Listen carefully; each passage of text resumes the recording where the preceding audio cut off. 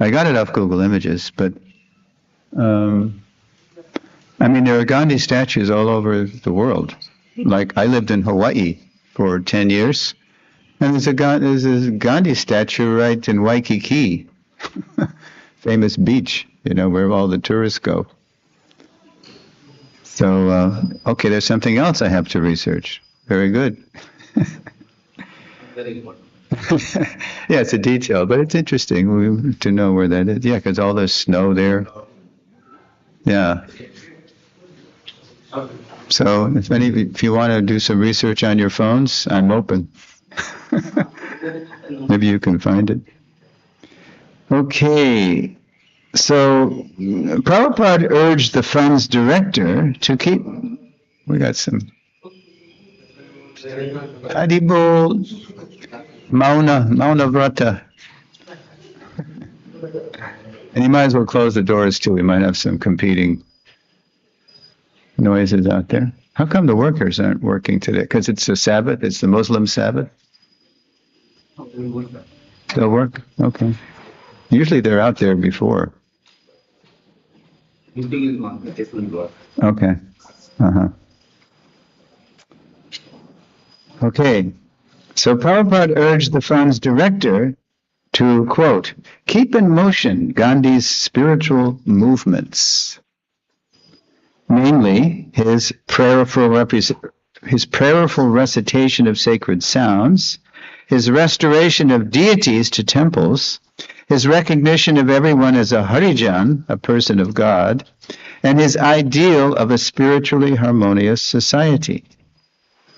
So Prabhupada wrote in his proposal, quote, the above fourfold Gandhi movements, he wrote,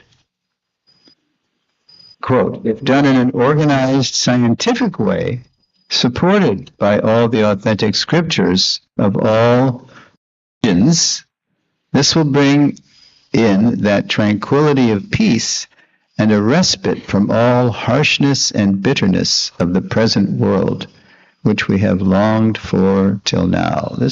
Gandhi's vision wasn't just for India, it was for the whole world, and to have a peaceful, harmonious world. That's why he celebrated in so many places. Fresh from independence, however, see, remember, this is 1948.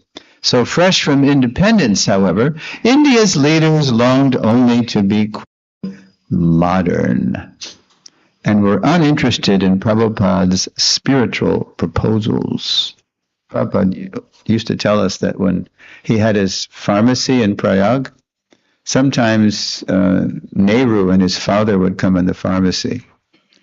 And Prabhupada noticed that they would never get anything Vedic, no Ayurvedic medicines. They thought that was all backwards and something of the past. They would always choose anything Western as being the most advanced. Because Prabhupada had all kinds of, whatever worked. He had homeopathic, he had Ayurvedic, and he had, allopathic medicine. So they always chose the stuff from the West because they were enamored of the West. Let's see. Undaunted, Prabhupada kept on, so they weren't interested. He was writing Patel, Dr. Sardar Patel, Nehru's deputy prime minister, but he was indifferent. Undaunted, Prabhupada kept on preaching. So that was the first try, the Gita Nagari, the first face he put on his mission. And in 1952, he found his first receptive audience among medical students in the northern Indian town of Jhansi. Still there, right? UP. One of the students, because there was an Ayurvedic college there. So one of the students was able to connect him with a pious estate executor who let him use the estate's property and buildings to teach and to reframe his mission as a league of devotees. And here it is. Well, that's when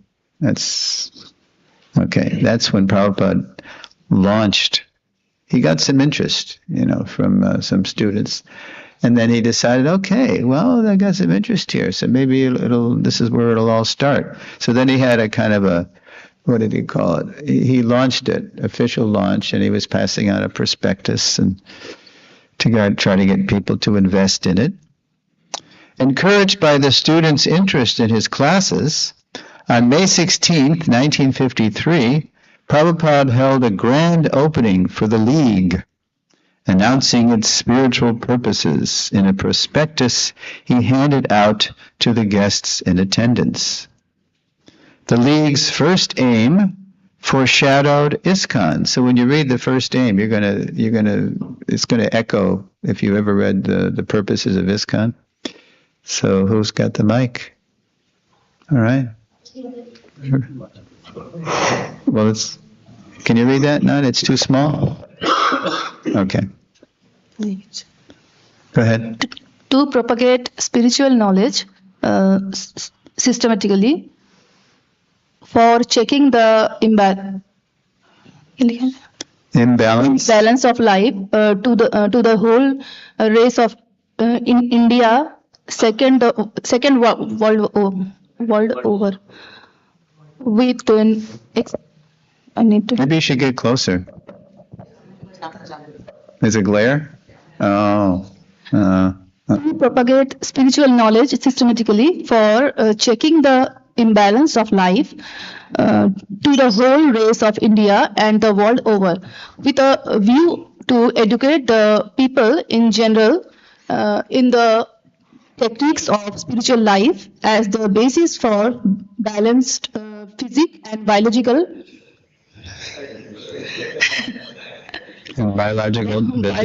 developments of the human race, and thereby achieve real unity and peace of the contending elements of the present world.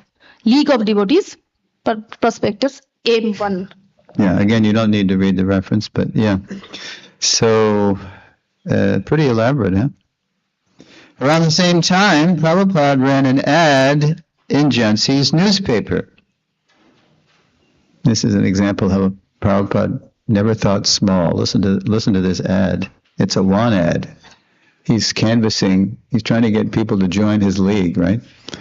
So who's got the mic?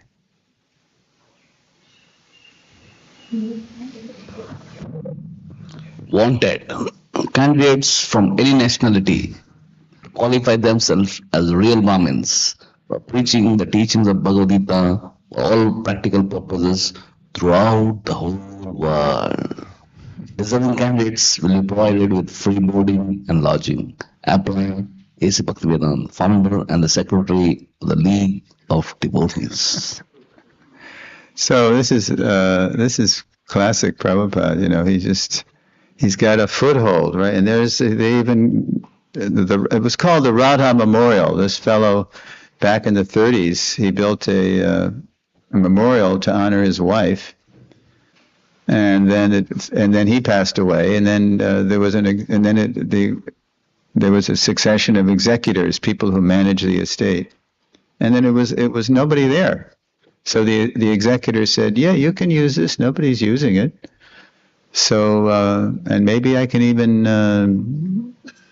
work it so you can inherit it." There was a hint that maybe he could inherit the whole thing. So years later, when Prabhupada had started the Hare Krishna movement and was very successful, Harishari Prabhu tells a story. He was in Vrindavan, and they were at Prabhupada's rooms in Radha Damodar. And then there was a trunk of old papers, and then he found a paper, and he found this. He found the prospectus. He found the one ad, and we didn't know about this. We didn't. There was no Leelamrita then. There was Prabhupada. Of course, he told us stories, but he hadn't talked about the League of Devotees. So Harishari goes, "What is this, Prabhupada? You had a movement in India before you came?" And so Prabhupada laughed. He said, "Oh, it was just me." founder and secretary of the League of. He was, he was everything, all rolled into one. So, yeah. The peace that the League of Nations had failed to bring after World War I, and that the United Nations would also fail to deliver after World War II, the League of Devotees would now bring through systematic spiritual education. The events that would compel Prabhupada to eventually set aside the League, leave his family, accept the renounced order of life, and finally journey alone to the West, have been well documented in Srila Prabhupada Lilamrita. What concerns us here is how Prabhupada finally established his mission as ISKCON, the International Society for Krishna Consciousness, and rapidly developed its various aspects. So, the ISKCON branch. Whoa, look at this. A branch of Lord Chaitanya's movement. During his first year in the West, the Lord revealed to Prabhupada he would have to start a fresh branch of the Gaudiya Sampradaya. Indeed, in his commentary to the Sri Chaitanya Chaitamrita, Adi Lila 1273, Prabhupada identifies ISKCON as a, quote, branch of the Bhakti Kalpa Taru, Lord Chaitanya's, quote, desire tree of devotional service. Okay.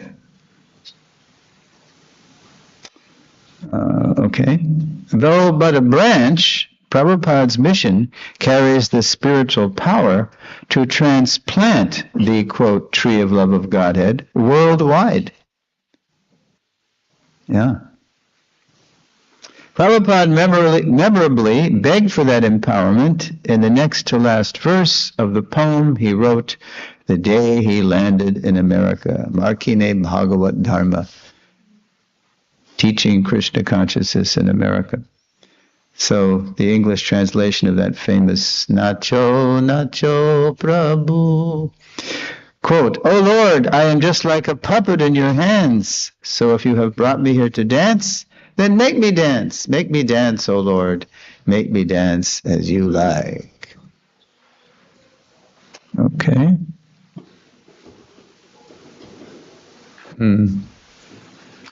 Anyone know where Prabhupada is there? You know? This is in the courtyard at 26 Second Avenue. Exactly. After Prabhupada established ISKCON, between the storefront, 26, and the apartment complex behind, there was a courtyard. And Prabhupada is posing next to looks like a birdhouse and a bird bath. You have such things in India, birdhouses and bird baths? You don't have birdhouses? Yes. You do. Bird baths too, where the birds can fluff their feathers. Okay. On July 13th, 1966, the same educational purpose Prabhupada had announced 13 years earlier, so from 53 to 66, for the League of Devotees, he now formalized as his first purpose in ISKCON's incorporation papers. Ladies, who's got the mic? It's you can see now, huh? There's no glare. It's better? Okay. Go ahead. To systematically propagate spiritual knowledge to society at large and to educate all peoples in the techniques of spiritual life in order to check the imbalance of values in life and to achieve real unity and peace in the world. ISKCON's first purpose, Certificate of Incorporation, July 13, 1966, New York. 6 more purposes followed, all reflecting the same educational mood and mission. So that's what ISKCON is. It's an educational institution that we're meant to be enlightened and then to share that enlightenment with everyone, especially through book distribution, prasad distribution. Yeah. Okay. So, and by being examples of what we're reading too. Let's see. There we go. In 1976, 10 years after he had incorporated ISKCON, Prabhupada was back in New York City to celebrate Rath Yatra, the temple's first chariot parade. And there's our late, great Jayananda Prabhu leading the charge. And he had leukemia by then. He already had leukemia, which was very painful. And no one knew it but him and one other devotee. I have a godbrother, you probably know Keshava Bharati Maharaj. Okay. So, this is 76, he was Keshava Bharati Prabhu. He was married to a saintly lady, Kolini Devi Dasi. And he was in New York for Rath Yatra. And Jayananda was doing his usual, marathon to build the carts. And so in the middle of the night, in the lead up to Rath Yatra, Keshava Bharati got up to answer the call of nature. And there in the hallway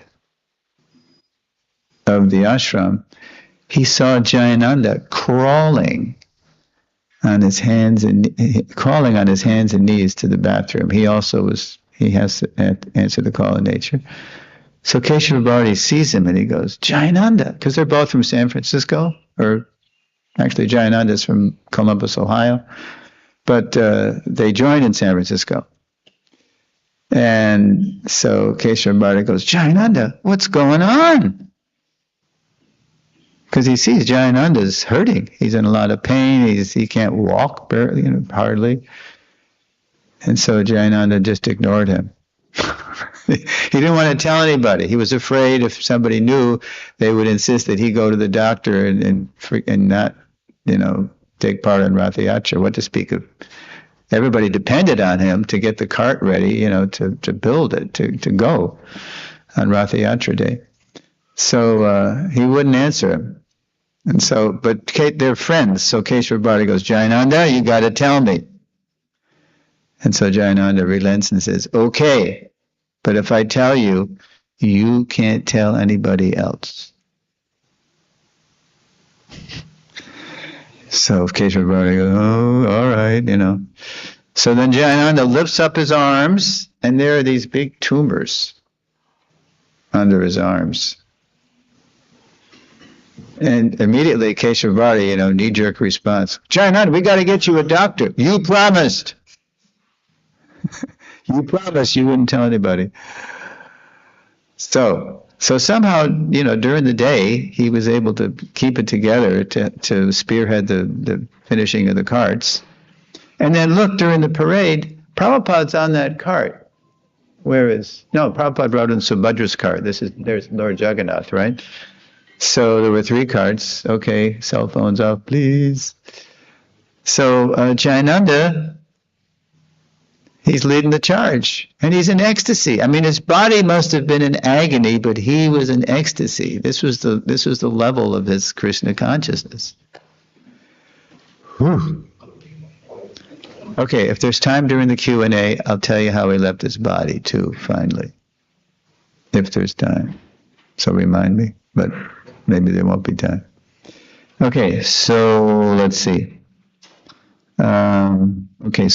Reflecting his, in 1976, 10 years after he incorporated ISKCON, Prabhupada was back in New York City to celebrate Rath Yatra, the temple's first chariot parade. Oh, and before the day, too, Rath Yatra day, because this was the first New York Rath Yatra. I mean, he established the movement in New York City 10 years earlier in 66. But New York is really tough to get permits for parades. They only allow the Macy's Day Thanksgiving parade. They have a Puerto Rican parade. It's very, they think there's an Easter parade. Yeah, but anyway, so finally, and that's another pastime of how they even got permission to get a permit to have a parade. So during the day, Jayananda was driving Prabhupada around with some devotees, and they were going, because Prabhupada wanted to show them. This was the first time, a lot of devotees were in New York for this Rath Yatra. He wanted to show the devotees where he had been in New York City when he was all alone. Right? And when he had gotten 26 Second Avenue. So they went to these different places. And Jayananda was the driver. Okay. So reflecting, let's see. There we go. There's Prabhupada right by 26. You don't see 26 Second Avenue yet, but he's walking.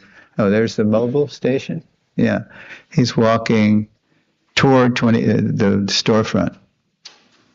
It's just, it's just a Lower East Side. It was, pretty crummy. It still is. It's a tough part of town. Reflecting on his society's global expansion in such a short time, Prabhupada compared ISKCON to, this is very good, Varaha Dev.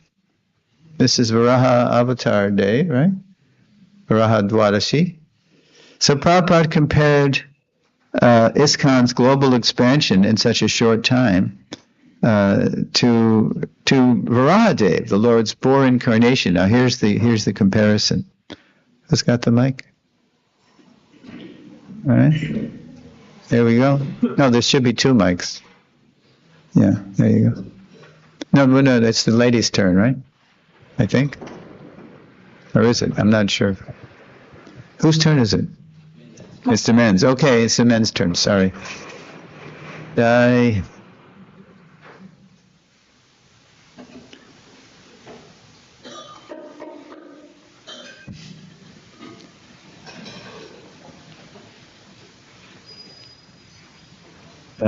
Susinita Gauranga. Hare Krishna.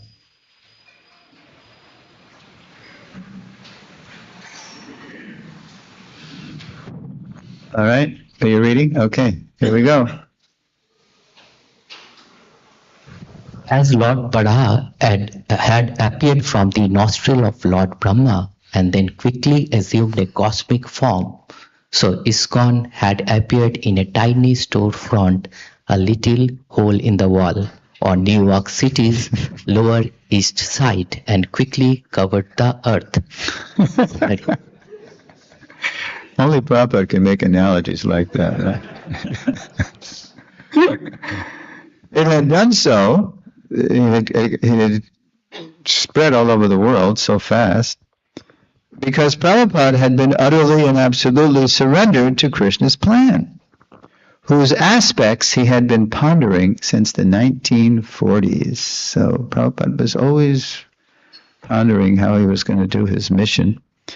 So we're going to look, the rest of the lesson, we're going to look at the different aspects of Prabhupada's mission that has their analogy in Prabhupada's preaching before he came to America. You'll see what I mean in a minute here. Okay, so aspect 1. And the names of the aspects, I gave the names, but here's what I called aspect 1. Holy names and holy books. In the 1956 Back to Godhead article, highlighting the importance of absorption in sacred sound, Prabhupada wrote, and he's always invoking Gandhi in these aspects, because he's still in India. Prabhupada wrote, leaders and politicians may take lessons from the life of Mahatma Gandhi in respect of his daily evening prayer meetings and regular recitation of Bhagavad Gita. Reciting the Gita makes one able to get rid of the demoniac way of life and gradually rising up to the plane of pure devotional life of the gods. That was in a 20th May 1956 edition of Back to Godhead. I don't know how Prabhupada did it, but in 1956, he was practically living like a homeless person, but he managed to get out 12 issues of Back to Godhead. He got donations, to print, and if you read the Lilamrita, he was doing everything himself. He was carrying the paper, proofreading the galleys. Okay, so, and now here is the analog to ISKCON once he came to America. So it's a lady's turn. Here we go. Okay. Nothing to read, really. Wait a minute. No, there will be, I think. Okay, let's see. What's this? Oh, okay, that's just a book. Just a book. It's the Gita. Okay, launching ISKCON in 1966. Nothing to read yet, so hang on to the mic. Prabhupada was the example of ecstatic devotion, brows knit, eyes slit in concentration. There's Prabhupada.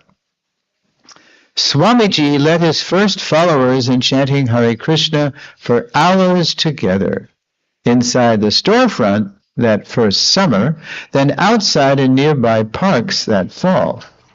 Those publicized outings were an historic marker in Prabhupada's public outreach, which he continued to expand globally through his followers. Because, when I joined, the whole program, when I joined, it was Harinam. That's all we did. And it was during the Harinam that we'd pass out BTGs. I don't know if do you do that in India? You do Harinam parties and BTG distributors around the parties? No? Books. Okay. So you've upgraded.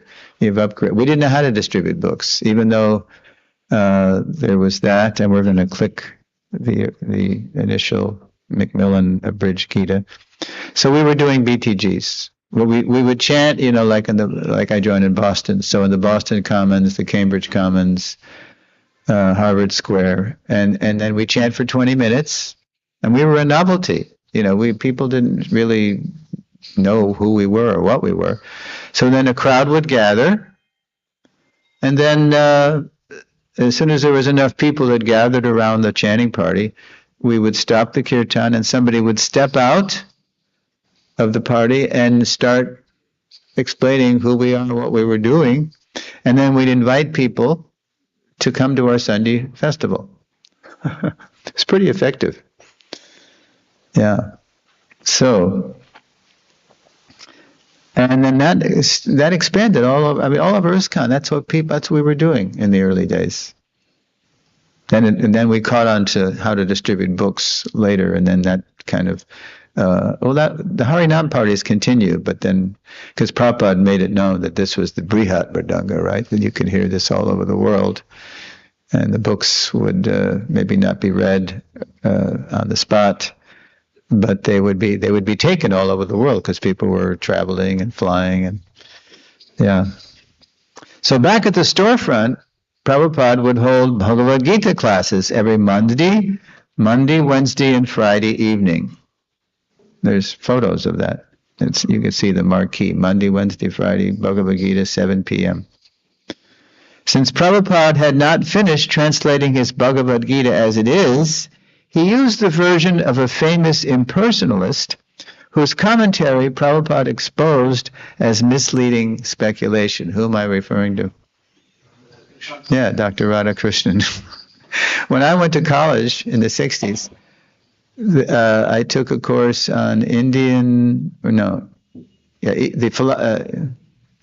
philosophy of Eastern religions, and I remember we spent 1 week on the Bhagavad Gita. All I remember is Krishna, Arjuna, and Karma. That's all I remember from that. But we were reading, our readings were from a book called Indian Philosophy by Dr. S. Sarvapalli Radhakrishnan and some guy named Moore. Moore was a Westerner, another probably academic. But it was all Mayavad. And it was full of, contradictions. And the most confused person in the class, and he was an Indian American. The most confused person in the class was the teacher. Because he had read the most, in Mayavad. So we would ask him, how is it, like in Isa Upanishad, it says the Supreme Lord walks and does not walk. He is far away, but he's very near as well. He is within everything and he's outside of everything. So he wasn't in parampara, so he couldn't understand. I mean, the Upanishads are considered Shruti. And he was very well read in that. But so we would just ask him, what is that? Is it this or that? We were thinking in a, dualistic way. And he didn't know Achincha Bheda Veda Tattva. So he would just try to answer, and then he'd just start giggling. Everything would dissolve into a giggle because he couldn't resolve the contradictions. He didn't have the siddhanta of Achintya Bheda Tattva. One and different, right? Okay. So not until late 1968, here we go. There it is. That's what we were reading until 1972. Have you ever seen this? Yeah, this is the heavily abridged Macmillan version of the Gita. Collier Macmillan. Say that? Yeah, okay. Not until late 1968 would Prabhupada's own As It Is edition appear, especially for his followers. Till that time, Prabhupada himself was the main focus. The holy names and holy books issuing from one holy man. So Prabhupada was everything rolled into one, right? And so how this even heavily, I mean, this is about 1/3 the size of Prabhupada's, manuscript. So Prabhupada was trying to get his manuscript published. So he told Brahmananda, who was the president of the 26 Second Avenue Temple. This is in 68. By that time, they were moved, I think, up to 61 Second Avenue. So he told Brahmananda, you just go to the big public. This is New York City. All the big, publishers are here. All the big corporations, their corporate headquarters are here, and dress in a suit and tie, and go around. And so Brahmananda would go out dutifully, but nobody was interested. Nobody was interested in a book like this, with Sanskrit and some esoteric, arcane, concepts. So Brahmananda would come back exhausted, and Prabhupada said, "Nobody's interested." Prabhupada, Swamiji. No, they just started calling him Prabhupada. Nobody's interested. So Prabhupada said, it'll happen, don't worry. And then what happened was, this is Chris's arrangement. Somebody wrote the temple, and they, and the return address was the address of the Collier Macmillan Publishing Company. And so they open up the letter, but the guy just wants a copy of the Happening album. He wants a copy of the original Hare Krishna album that Prabhupada recorded. Do you know about that?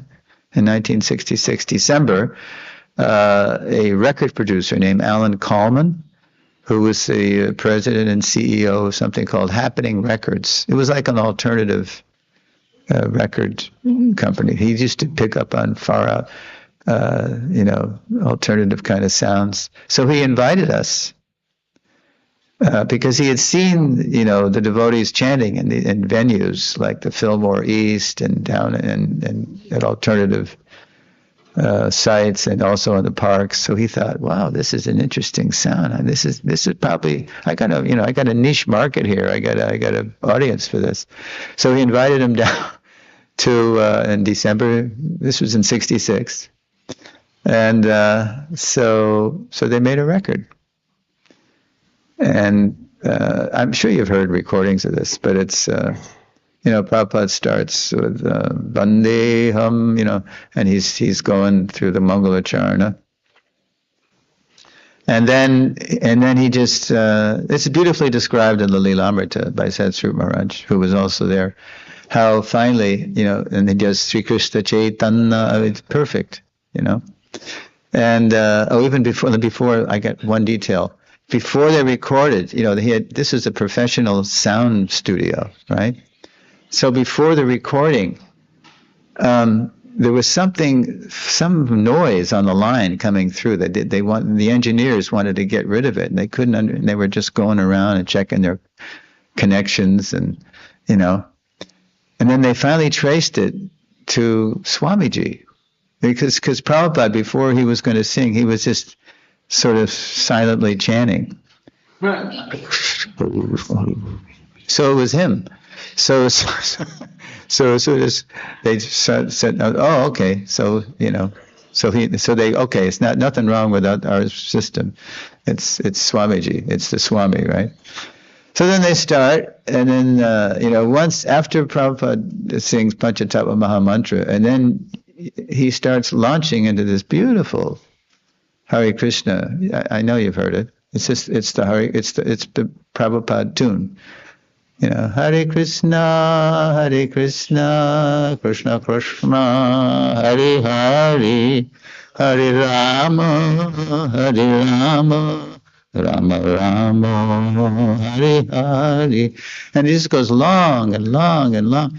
And then, you turn the record over. It's an LP. It's a long playing. It's a vinyl record. You turn it over, and then you hear Prabhupada.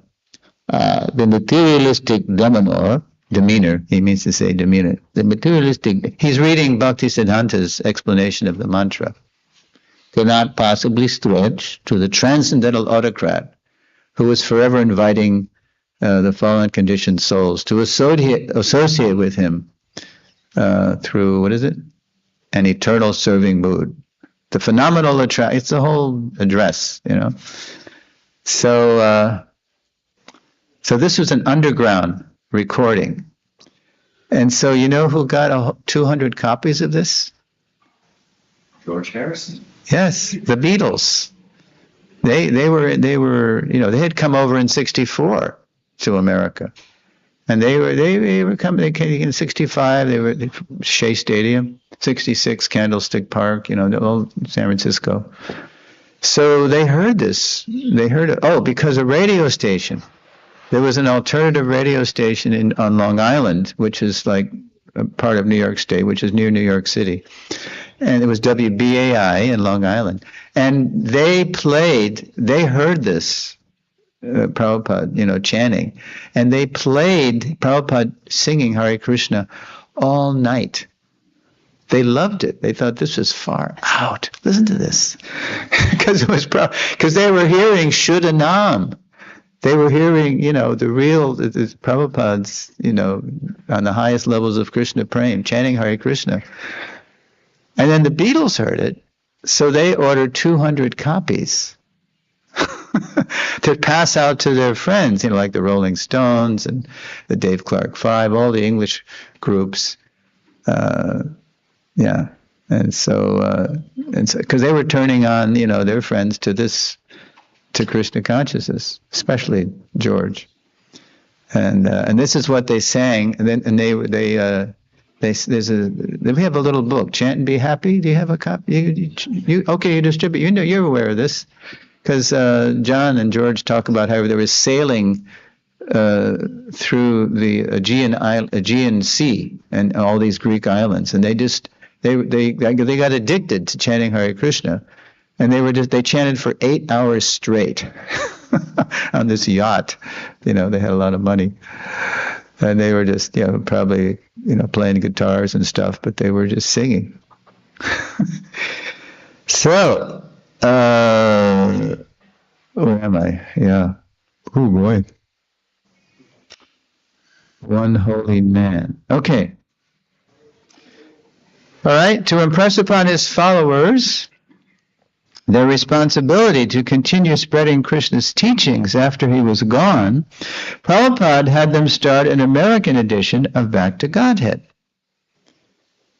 So anyway, this book, he's looking at this, it was kind of a purplish cover, and Macmillan was I didn't even tell you how that's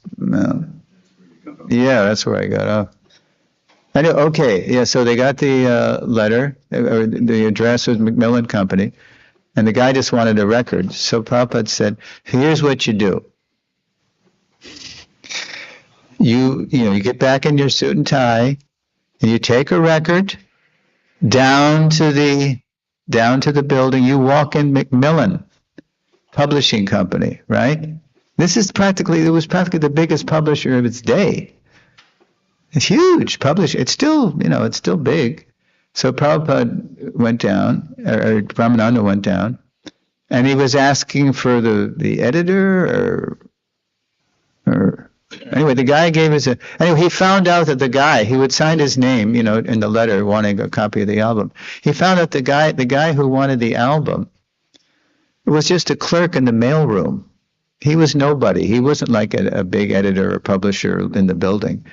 So Brahmananda's heart kind of sunk. But anyway, he went down to the mailroom where the guy worked to deliver the record. And he did. And then he said, do you know anybody else in this building who might like, a record? Or what did he say? Gita, yeah. So anyway, by Chris's arrangement, the editor-in-chief, I mean, there's many editors in a publishing company, but the editor-in-chief was down in the mailroom, and he heard about something. He heard Brahmananda mentioning Bhagavad Gita, and he said, "Bhagavad Gita? You're interested in you want a manuscript published for the Bhagavad Gita? Well, we need a Bhagavad Gita because they were publishing something to fill out our Eastern spirituality something set they were going to publish." So yeah, and before Brahmananda even left to go down there, Prabhupada said, "Krishna will help you. Don't worry." So the guy said, "So where's the manuscript? I want to see this." So Brahmananda said, "Oh yeah, well I got to go back, to our ashram and get the manuscript from Swamiji. So here's a real live there's a manuscript from a real live Swami, not simply some professional poet or somebody making a business off the Gita, a real practitioner of the Gita, and I'll bring it right down." So he went back, he told Prabhupada, and Prabhupada said, "Yep, this is Krishna." He got the manuscript, nicely. I think probably Hayagriva typed it, and he brought it down. And so when they saw the manuscript, it was 1,000 pages. As it is a big, with the Devanagari and the transliteration, the whole thing, and word for word and translation and elaborate purports. So they said, "No, this is too big." So reluctantly, Prabhupada, I don't know if he let them do it or he did it. He cut it down, to about to the size they wanted, and then they published it. And it was, purports to the wrong verses. I mean, it was full of mistakes. Even when they did it in '72, it was like that. But it got out in this form, and this is the Gita that made me, that saved me. When in 1970, when I had expatriated from America, and I was just trying to join the anti-war movement, anti-Vietnam War movement in Canada, and this is where I ran into, the devotees, and I didn't join there, but this is where I read the Gita. It's too long a story, but yeah, and I just, wow, when I read this, whoo, this is it. This is what I was looking for. This is what I didn't find in college. This is the truth. Okay. So, to impress upon his followers their responsibility to continue spreading Krishna's teaching after he was gone, Prabhupada had them start an American edition of Back to Godhead. So there's the first. Have you heard of mimeograph technology? That was the technology in '66 when they were. When that's all they could afford. They didn't have any money in 1966. So Prabhupada said, after they realized that let's help Swamiji, we shouldn't just eat his food and use his bathroom, we should maybe do something for him, right? So Prabhupada said, "Oh, you wanted something to do? Well, I started a magazine in India called Back to Godhead. We can have an American edition." So they revived Back to Godhead. So this is volume 1. What does it say? Number 7? 7. Yeah, this isn't even this is number 7. The first one was kind of, and so you can see it's kind of psychedelic. It's kind of like, something to maybe look at when you're high. Stay high forever. But there's Radha Krishna right in the center. Yeah. So what does it say in the? No, but on the top. What is it? Psychedelic. Okay. Whatever. Yeah, it was mainly put out by. I'm surprised Ray Rama's not in there. Anyway, so that's 67. Yeah, maybe. Yeah. Oh, it was wild. It wasn't like today. It was just what it was. Prabhupada told him, you should write your realizations of Krishna consciousness that would appeal to an American audience. So Hayagriva with his, Walt Whitman-esque poetry, and Satsvarup with his poetry. It was very sincere and very nice, but it was all it was filtered through their, American psychedelic experiences. So it was good.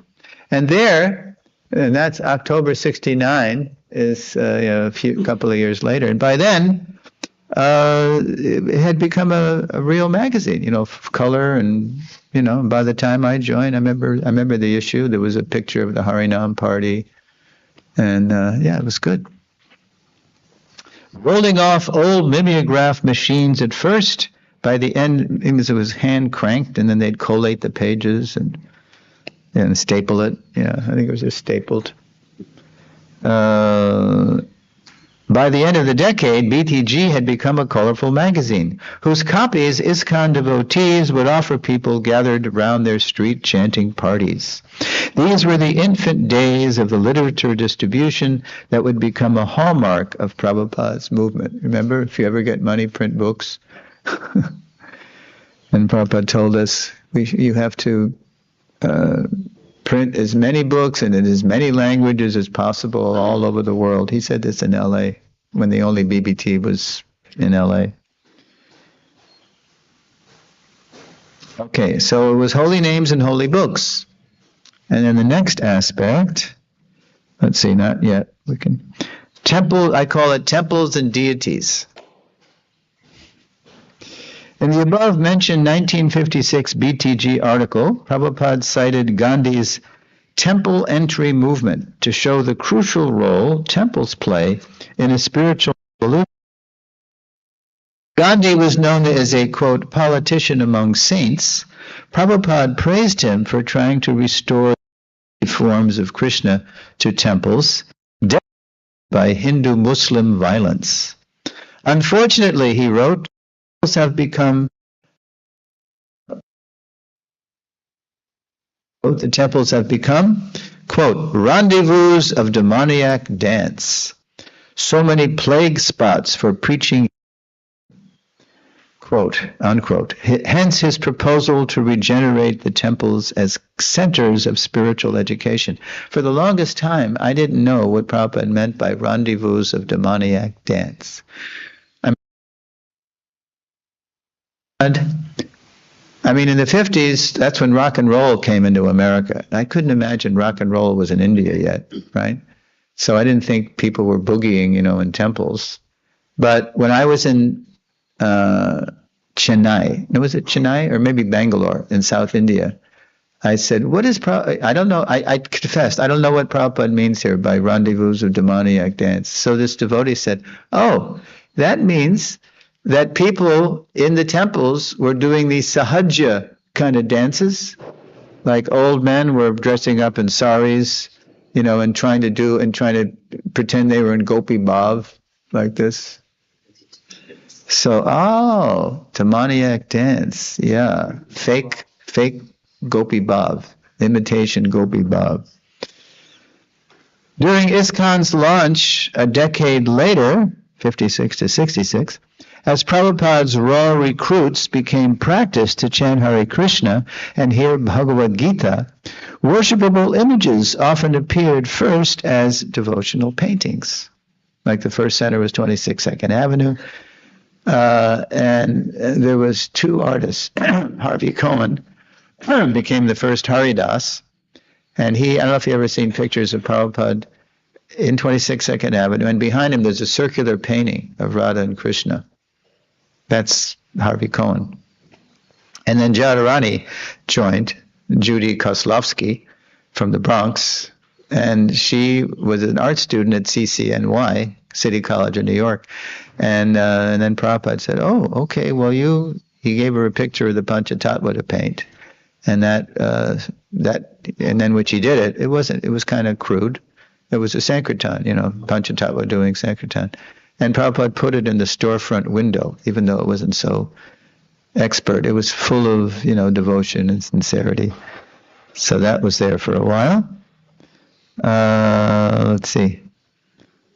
First appeared as devotional paintings in low-rent storefronts. The reason ISKCON started in low-rent storefronts, because there was no money, right? But you got to start somewhere. Then the images began to appear as imported sacred statues, as more people were joining and more money came in, and sacred statues who came to bless former churches. So we started getting churches, like LA was a former Methodist church, and then I was in Toronto last September, and it used to be a big Catholic church, Now, there was one exception. Right in the beginning, one of those storefront temples got full-size deities. So, let's see. Here we go. San Francisco. Surprisingly, homemade forms, carved by a devotee, homemade forms appeared right away in the first San Francisco temple, a storefront in the heart of America's counterculture. Prabhupada asked a skilled newcomer to carve deities modeled after figurines spotted in an import store. Never mind that the carver's wife had shoplifted the figures, she stole them. Or that the carver himself wasn't yet following the principles of Krishna consciousness. Inclusive Prabhupada was inviting everyone to appreciate the deity in his unusual form as Jagannath, the Lord of the universe. So Shyam Sundar tells all about this in the Rhino books. Have you read these Rhino books? Are they in Bengali yet? Or they're in English anyway. Chasing rhinos with a Swami. And so actually Malati started it because, they were always trying to, she was, so she went to this place, Cost Plus Imports in San Francisco, and she saw 3 bins. And so they looked like Indian figurines, right? So in those days, and she didn't know what they cost, but in those days we didn't call it stealing from the counterculture, we called it liberating the merchandise from the capitalist pigs.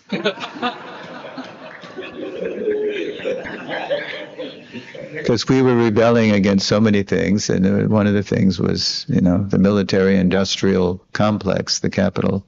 So she, she saw one, and so she got, it was called a 5-finger discount. Right? She put it in her handbag.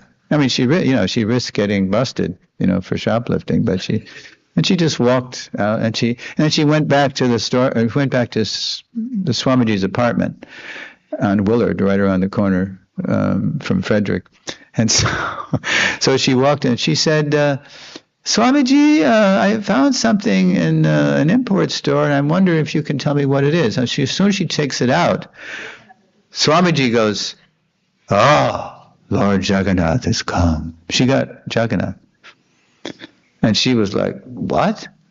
Prabhupada's making pranams to this little Indian figurine? What is this?" And then Prabhupada said, there were more? Yeah, there were 2 other bins. So she goes back and,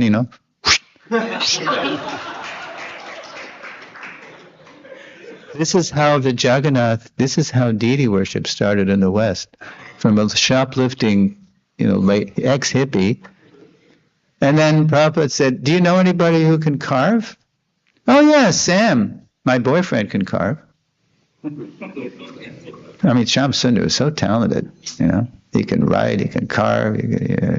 He did the whole Berry Place temple in London, So anyway, yeah, Sam can carve.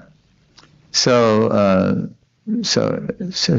go get him, So so Melanie Nagel was her name, brings in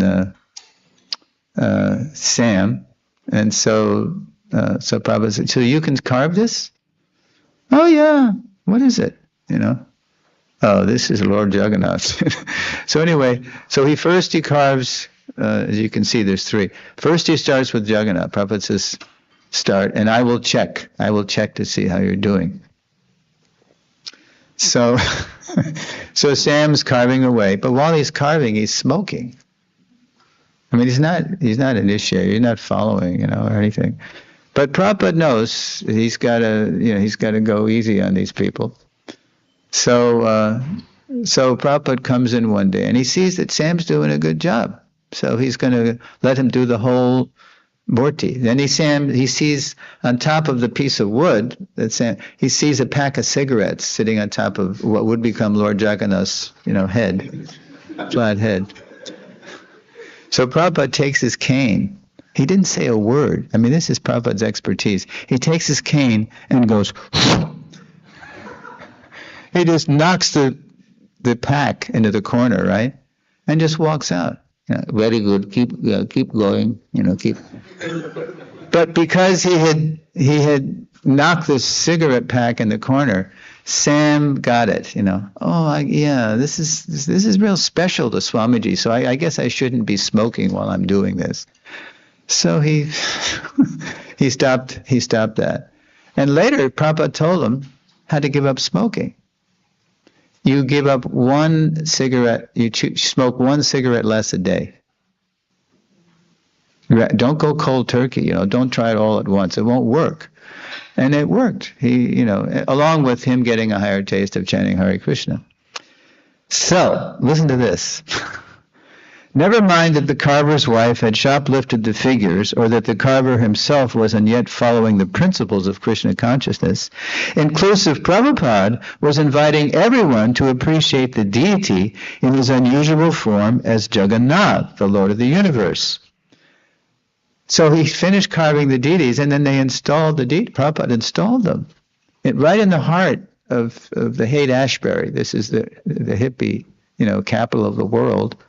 In psychedelic San Francisco, everybody's experimenting, with psychoactive substances. And where else but in psychedelic San Francisco would people so easily accept Prabhupada's invitation and bow down before Jagannath's large, festive eyes? So the hippies who were visiting the temple, and they were mainly coming because they were feeding 200 hippies for every lunch. Every lunch. They got donations of boga, and they were just cooking up a storm. And these hippies would come. And Allen Ginsberg was the counterculture poet, would tell the hippies, Swami Bhaktivedanta's, it's a good place to what did he say? Re-entry. When you're coming down, from your trip, you can re-enter and stabilize at Swami Bhaktivedanta's space station. He called the temple a space station. So they were coming, and they were there, and then they would stay. They would just, kind of like recover, and then for lunch. And then one fine day, they see Lord Jagannath, the Jagannath deities in the space station. And they see the devotees, whom they loved at this point, because they were getting fed by the devotees. And they loved the chanting. They were also getting purified by the chanting. So they saw the deities one day, and they said, hey man, who's that? Oh, that's Lord Jagannath, the Supreme Personality of Godhead. And when the devotees would bow down, and the guests would say, Farah. And they would bow down too. Far out, man, that's God. Who's that? That's God. Oh, okay. Where else but in psychedelic, what did I say? Where else but in psychedelic San Francisco would people so easily accept his invitation and bow down before Lord Jagannath's large, festive eyes? Prabhupada was thus able to slip deities past the modern iconoclasts, because the West is Judaism, Christianity, and Islam. And this is like a no-no to worship graven images. It's said in the Bible, or what to speak of the Muslims. It's like it's offensive. It's punishable by death, according to the jihadis, right? Slip deities past the modern iconoclasts, the image breakers or criticizers, and introduce them to people outside India. He was able to slip deity worship, past the unsuspecting iconoclasts. The descendants of Abraham, who gave rise to Judaism, Christianity, and Islam, the descendants of Abraham would never be the same. This is the beginning of full-fledged deity worship in the West. So with Krishna's help, Prabhupada is able to do that. Okay, that's Holy Names and Holy Books, Temples and Deities. Aspect 3, Initiation and Congregation. Let's see. In a 1949 letter to Indian Deputy Prime Minister Dr. Sardar Patel, Prabhupada wrote, quote, "The third item is to take up the Harijan movement. This movement is, in the real sense, a spiritual initiation movement, and this should be organized in such a manner that people all over the world may take interest in it." By the way, if in case you're wondering why Lord Jagannath is out there on Hippie Hill in Golden Gate Park, well, Prabhupada came out one fine day to see how the devotees were having Sankirtan, and then he saw that they brought Lord Jagannath off the altar and out in the park. So Prabhupada didn't say anything. He just sat down and started, coolly chanting with everybody. But then back at the storefront, he said, "No, you don't bring the deities out in the park, but once a year, you do bring them out, and we're going to start Ratha Yatra." Right? And that's when the first Ratha Yatra, and the first cart was a Hertz rent-a-truck. They didn't have carts until, 68. Yeah, this was 67. So that was also quite a pastime, that first Ratha Yatra. Let's see. The, quote, Harijan movement was Gandhi's attempt to allow everyone into the temples, not just the higher castes, by declaring everyone a Harijan, a person of God, unquote. That's true, Prabhupada noted, but in order for everyone to become fit to associate with the Lord, the Harijans must be initiated into a restorative path. So let's see, whose turn is it now? Okay, here we go. So, go ahead, read that.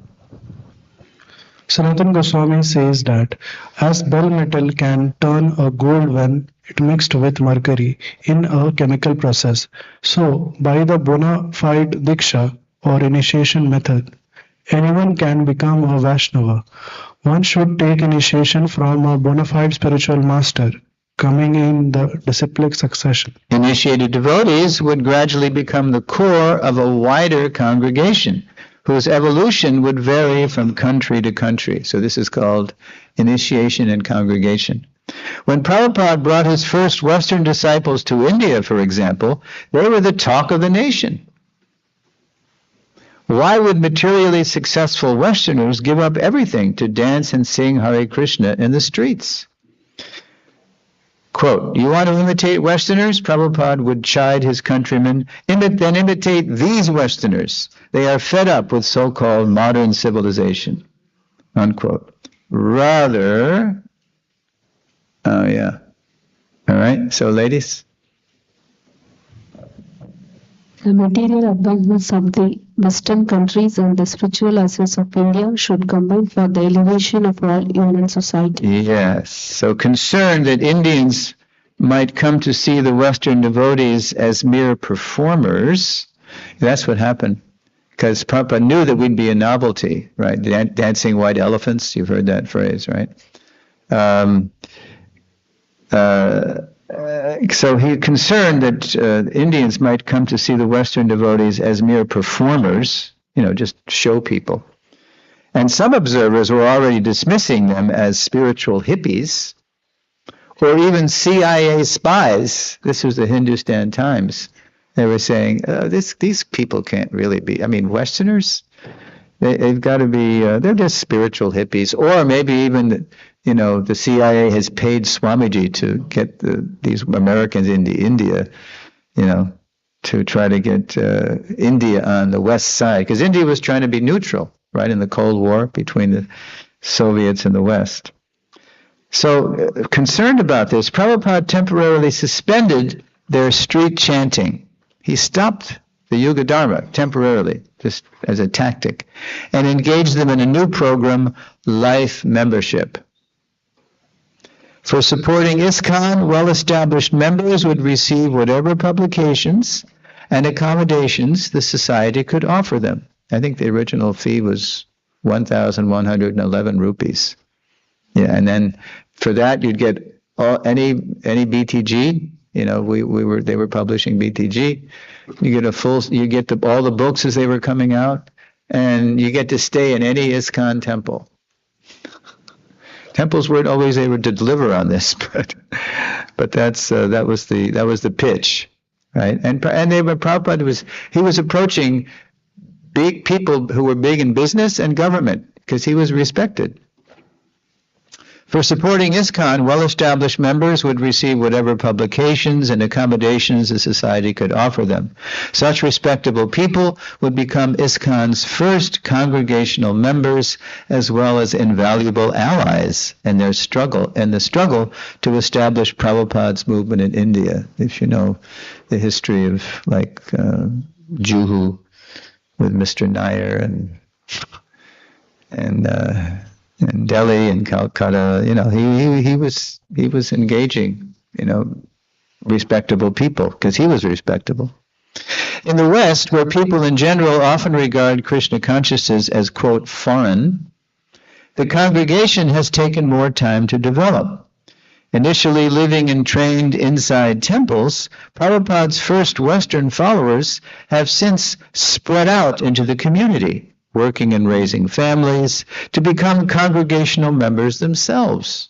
So we, joiners in those urban communes, as we got older and Prabhupada left, and most of us wanted to get married and have families. So we became the first congregation, we who had been trained inside the temples.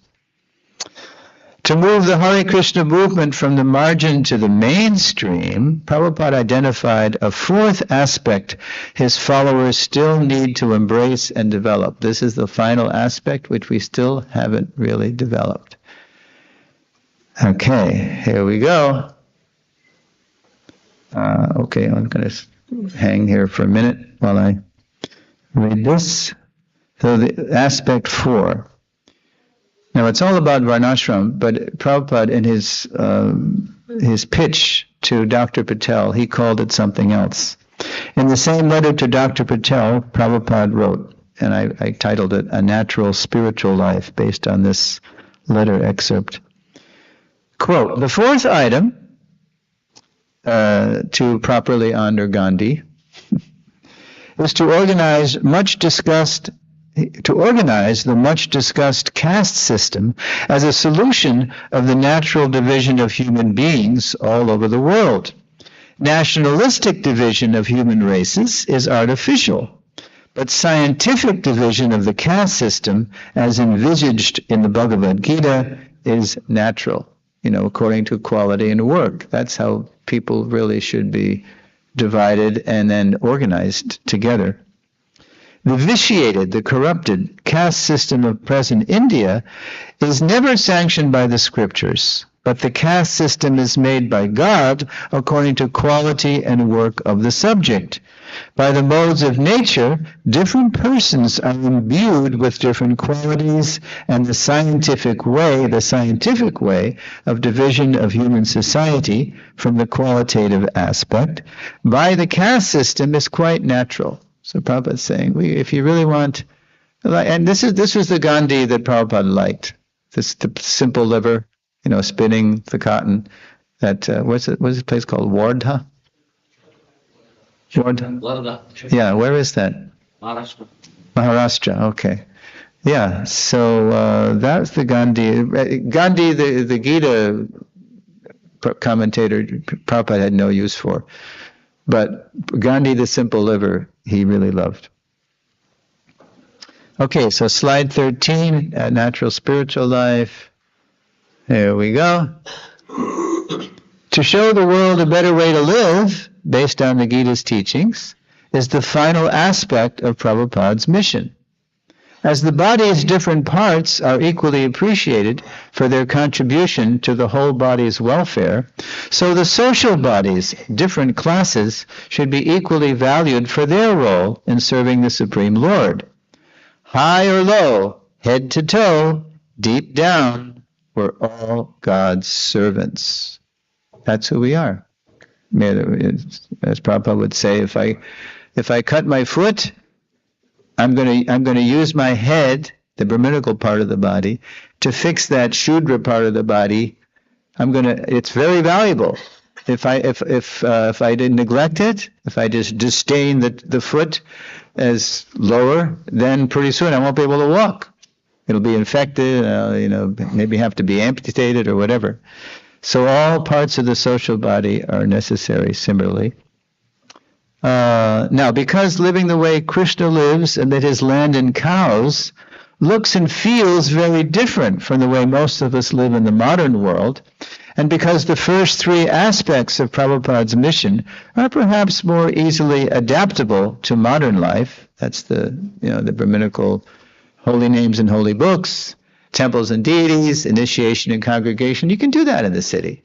But when you talk about the natural spiritual life, then that's more challenging. We've been slow to approach aspect 4, whose Sanskrit name is Varnashram. Yet it is Varnashram's timeless and natural spiritual life we and our modern world have been seeking and urgently need to recover. What have we done? We've fouled the air, we've polluted the water, polluted the earth. We have this whole global warming thing, it's an existential threat to our very existence on the planet in the name of modern advancement. So we got to get back to a simpler, more natural way of life to show people. Okay, so now we're going to go to the learning outcomes. Lesson 5. Who's got the mic? Okay. Lesson 5. ISKCON branch learning outcomes. By now we should be able to recall how the assassination of Mahatma Gandhi inspired the first name Srila Prabhupada gave to his spiritual mission. Recall how Prabhupada tried to expand his mission in Jhansi. Explain how ISKCON but a branch of Lord Chaitanya's desire tree of devotional service has the spiritual potential to transplant that tree worldwide. Identify ISKCON's first and main purpose. Identify the 4 aspects of ISKCON's spiritual development. Explain why devotees have been slow to embrace the first aspect of final aspect of ISKCON's development, Varnashrama. Now, don't ask me any questions about Varnashram because that's the next lesson. Yes, we have, there he is, Kalakanta Prabhu, the Minister of Agriculture and Cow Protection. And is Varnashram like a subset of your ministry, or? No, in 2018, the SPT, they kind of gave us a sub-mission to develop SVC, which is called then Sustainable Vaishnava Communities. Okay. So we work agriculture and cow protection with the purpose of establishing a foundation for these sustainable communities. Mm-hmm. Mm-hmm. So the next lesson, now we're not going to do it, right? Because we have to wait till next year. It's called his Varnashram Challenge. And that's where we can really get into Varnashram. So just ask questions about what we covered. Okay, so there it is. Okay, Prabhus, remember to relate your questions and comments to that. Well, I don't have a transition because I guess I just gave it, didn't I? I said, yeah, they're kind of connected because this lesson is about the four aspects, and then we just sort of stopped at the threshold of varnashram. And now you see in the next lesson what Prabhupada's varnashram challenge is, and it's pretty much gone unanswered, not unanswered, but insufficiently answered since 1974. Yeah, it's been 50 years since Prabhupada issued this varnashram challenge. Okay, we have any questions or comments? Prabhu? Mike. Here.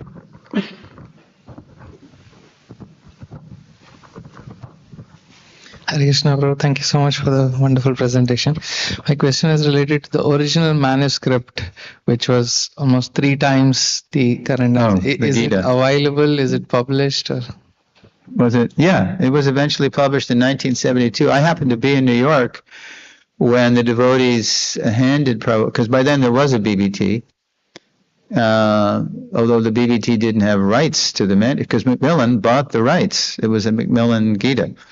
So they handed Prabhupada the Gita. This is on the 4th of July, America's birthday, 1972, in Brooklyn, New York, at the Henry Street Temple.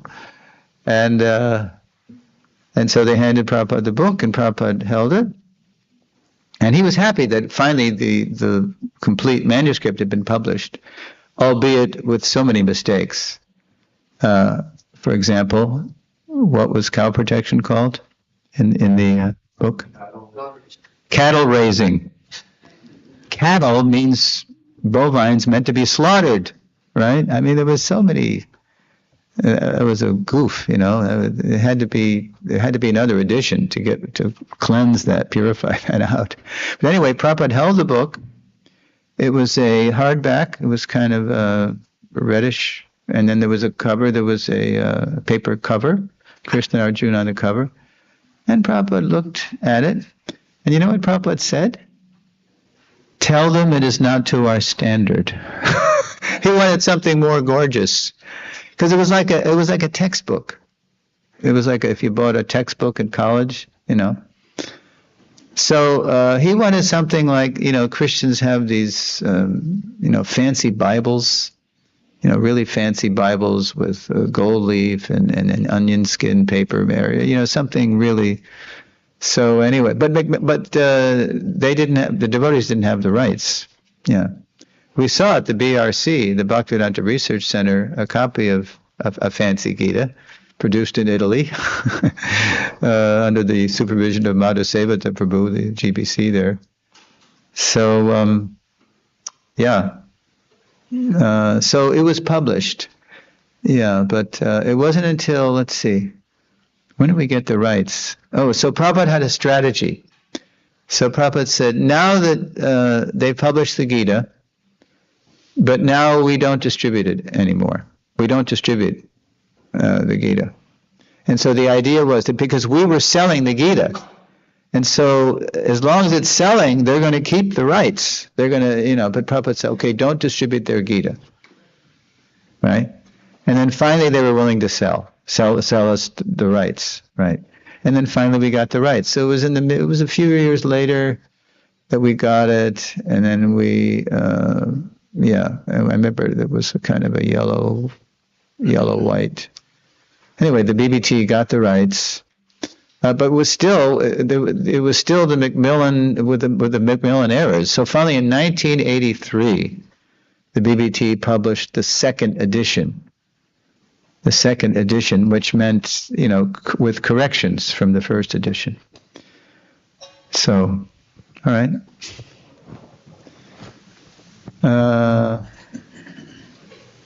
Yes, Prabhu. You said you will share with us how Jayanand Prabhu left the body. Say it again. Jayanand Prabhu in hospital. Oh, yeah. Oh, yeah, Jayananda. Okay. So this was 76. So then afterwards, Jayananda had agreed, and Keshava Bharati, Prabhu's urging, well, by then everybody knew, that Jayananda had to get this checked out medically, right? And that's where they told him, you have leukemia, cancer of the blood.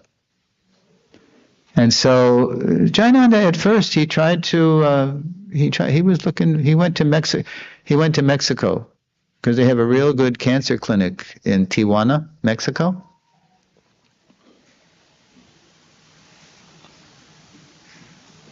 With good success rates. So he was, because he was only 37 years old. And then he went to the clinic, and but Jayananda, wherever he went, whether he was, begging boga from Banana King Louis at Fisherman's Wharf in San Francisco, and everybody loved Jayananda. Jimmy, James Core, that was his name. So he was at this clinic in Tijuana, but he was always trying to give out Krishna consciousness. So this is Mexico, heavily Catholic.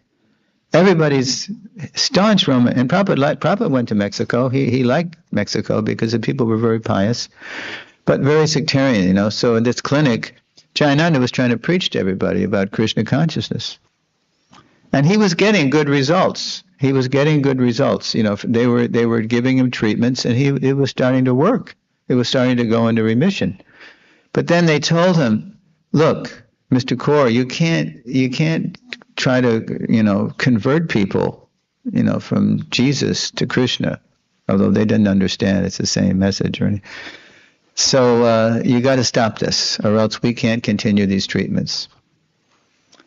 So he refused. This is when he wrote Prabhupada the letter. He wrote him a letter saying, so I'm in this place, and I'm getting results, but they won't let me, preach. So what's the use of this? What's the use of this useless body? It's got cancer, and I'm just going to go to Los Angeles and just live out my last days in New Dwarka. So Prabhupada said, it's very good that you have said, what is the use of this useless body? This is very good. You're not attached to the body. Prabhupada didn't say, no, stay there and get the cancer cure. He didn't say that in Jayananda's case. He said, and this is 77 now, and Prabhupada himself, this is the last year when Prabhupada's health is irrevocably declining. Because Prabhupada himself had gone to Vrindavan, remember, to pass away eventually. So that was Prabhupada's mood. It's very good you're saying this. What's the use of this useless body? So Jayananda came to LA in 77, in maybe March or April. I had just gotten there in January to serve at the BBT. And so Jayananda, he was still pretty capable. What we were doing, or not me, but the devotees who could, they were building the first Ratha Yatra cart. They were going to have the first LA Ratha Yatra. So Jayananda, he had so expert in building carts. He was directing the show. He was sick, but he was out there, with the men and directing them. And it was right on the corner of Venice and Watsika. And so it had been a big parking lot. They just cleared it all out, and this is where they built the carts. So as time went on, Jayananda was getting less and less capable,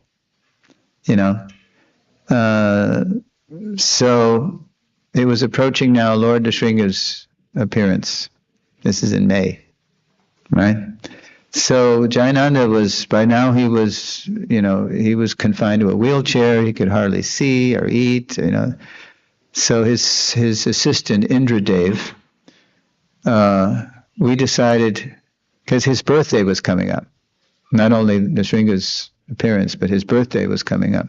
So Indradev was in on this. It was a surprise party for Jayananda at the site of the cart building. So it was amazing. I mean, everybody in New Dwarka, it was about 400 people came out of their apartments, and devotees lived all around, in temple-owned apartments, and also or if they had the means, in apartments in the Palms district of Culver City. And so we all came. So what did Jayananda do? I mean, what a trooper. He just proceeded to regale us with stories of every Ratha Yatra he was in, from the first, 67, where the Hertz rented truck, and then for the first attempt at, building a cart, and the carts collapsing, and all kinds of, wild stuff that happened, all the way through the one in New York, right? So it was going on for like maybe 30, 40 minutes. I mean, it was he was having trouble, speaking even, but he did it. And then there was a big cake. The ladies had made a big cake. And so he could hardly eat, but he forced himself, because he knew that it had been offered to Lord Jagannath.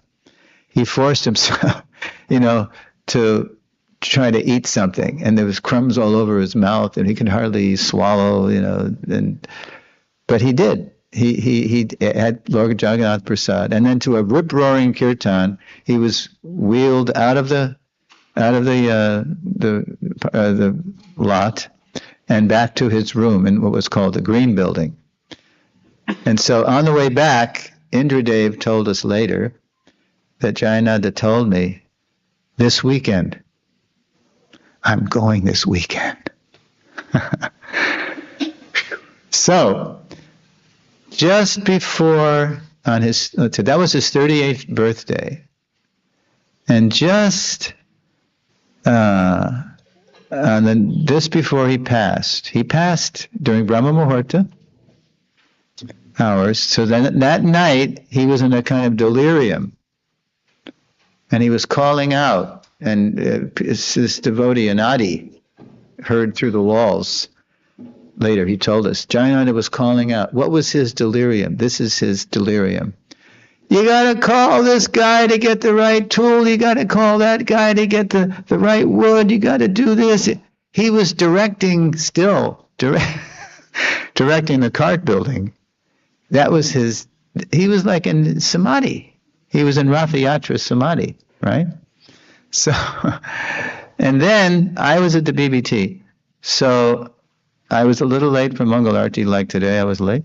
So I came out of I had a little room, and I ran across, I was late, so I was running across Watsika Avenue, right up to and in those days, the temple doors, you had to push this thing.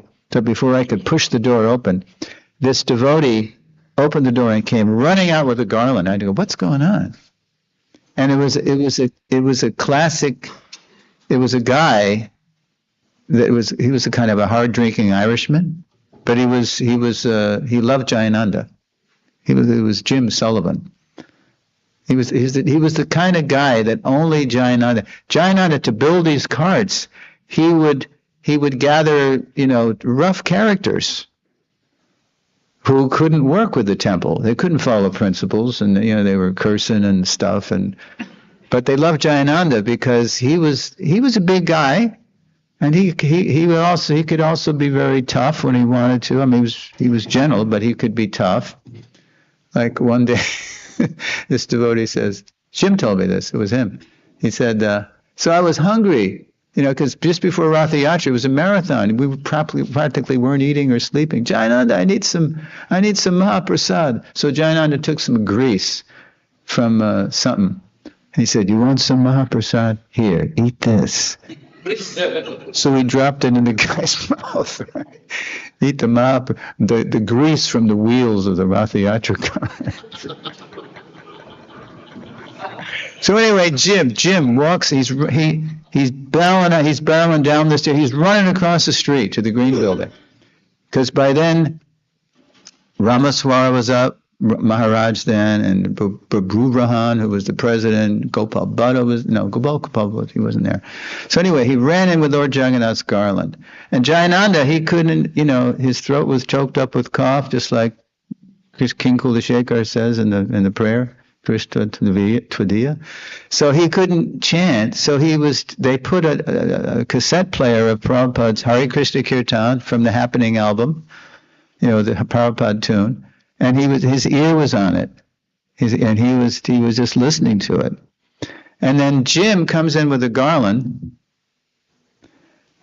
and then simultaneously the conchas go off in the temple room for Rukmini Dwarkadish and the three sets of deities, and Jayananda leaves.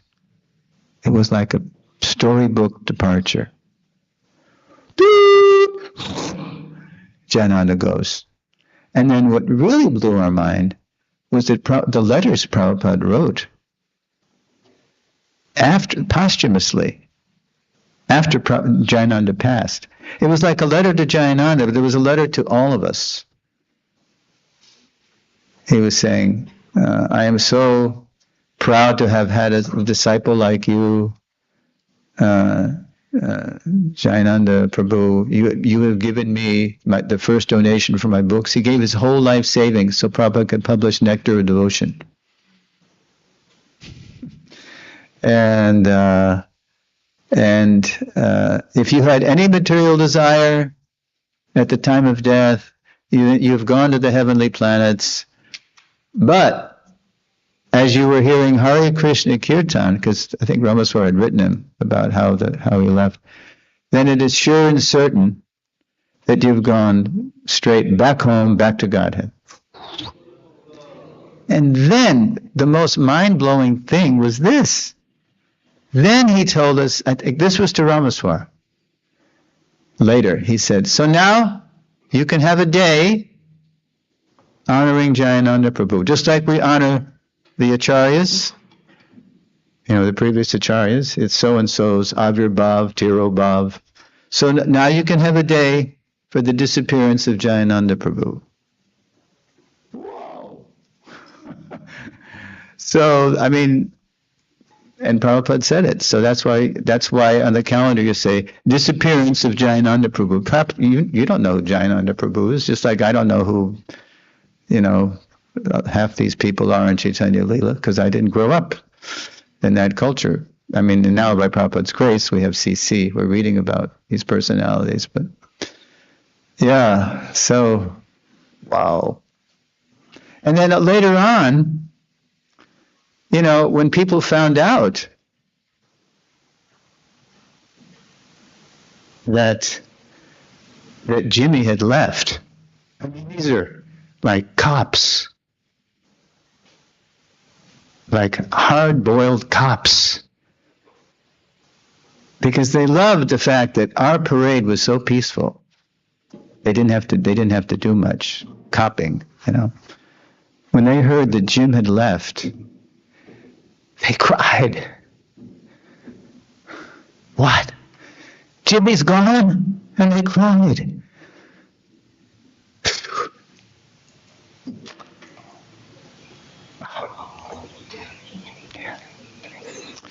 Okay. That's the story of Jayananda leaving. Yeah.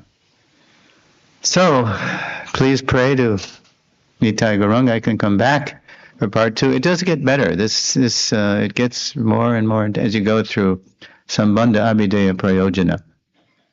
It gets really, really intense. More intense. Okay. Well, thank you for having me here. I'm leaving tomorrow for Sridham Mayapur. My godbrother and his dear wife Nandi are going up today, and Kalakanta Prabhu is going today. Are you guys going together, or what's going on? Okay. Yeah, they're going later too. Anyway. Okay, so Srila Prabhupada ki jai. His Grace Sureshwar Prabhuji ki jai. Gaur Bhaktivinda ki jai. So thank you very much, Prabhuji, for so wonderfully step by step last 5 days absorbing us in the history of Srila Prabhupada and Bhaktisiddhanta Sistaka and our Acharyas, and how ISKCON developed, how Prabhupada has developed this ISKCON, understanding so many small seeds, how it has sprouted over a period of time. And especially you are narrating so many wonderful pastimes and chanting pastimes. So extremely Right. grateful for your session, and we definitely look forward for your session so that you can complete the remaining 5 sessions also. More pastime places of Prabhupada in Calcutta too. I haven't seen a lot. Yes. So Right. So I mean, they don't know me, the deities, but they know you guys, you Prabhus. So your prayers will bring me back here. thank you very much. So Thank you. Let us thank His Grace Sureshwar Prabhuji for his wonderful ecstatic session by loudly chanting.